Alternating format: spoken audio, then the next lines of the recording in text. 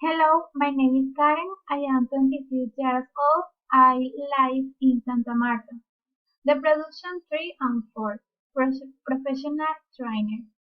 My job is to advise people to have a better lifestyle.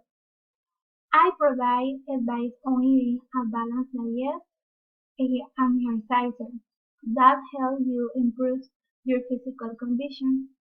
I also do physical training people with physical disabilities in some hospitals. My salary depends on how many people I advise a week.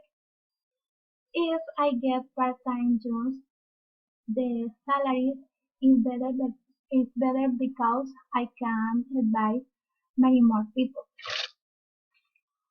When I work overtime, my salary increases, but this is not always is like that. I hope to become elected to give educational talks in different organizations. I consider that it's important to have 2 or 3 things of work taking into account the current working situation. Fortunately, every day I strive for what I want, and by working very hard I will achieve my goals.